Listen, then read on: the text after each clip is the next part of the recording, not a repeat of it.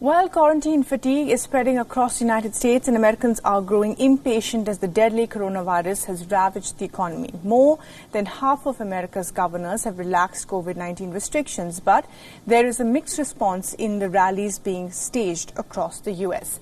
The protests have drawn out a wide variety of people pressing to lift stay-at-home orders. The American states are either holding fast to stay-at-home orders or beginning to phase out the restrictions, with several orders already expiring. In Nevada, a chanting crowd of demonstrators marched up to the doors of the governor's residence, and a group demanded to fully open California, which led to the traffic to stop in the area. The protests are being fueled by economic woes and internet subcultures. The lockdown protesters flocked to the California beach and thousands to protest against the closure of beaches as well.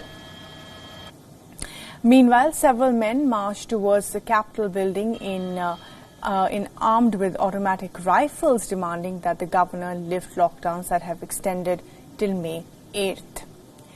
And in Ohio, armed protesters marched towards the State House in Columbus. The same day, the state's lockdown was extended until the end of May. On the other hand, meat plant workers criticized President Donald Trump's decision to invoke the Defense Production Act to mandate the meat plants to continue functioning, and that too without requiring additional safety measures.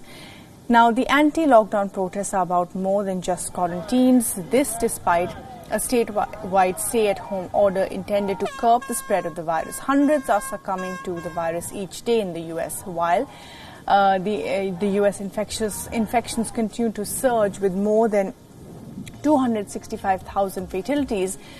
The Italians, on the other hand, are counting down the hours until Monday, when parks and public gardens reopen nationwide for strolling, jogging and bike riding. The new beach rules have also been announced, with some tough social distancing measures in view of the pandemic. And remember, Italy was one of the worst affected countries in all of Europe. It's now easing lockdowns, and of course, America is still surging ahead with the number of infections.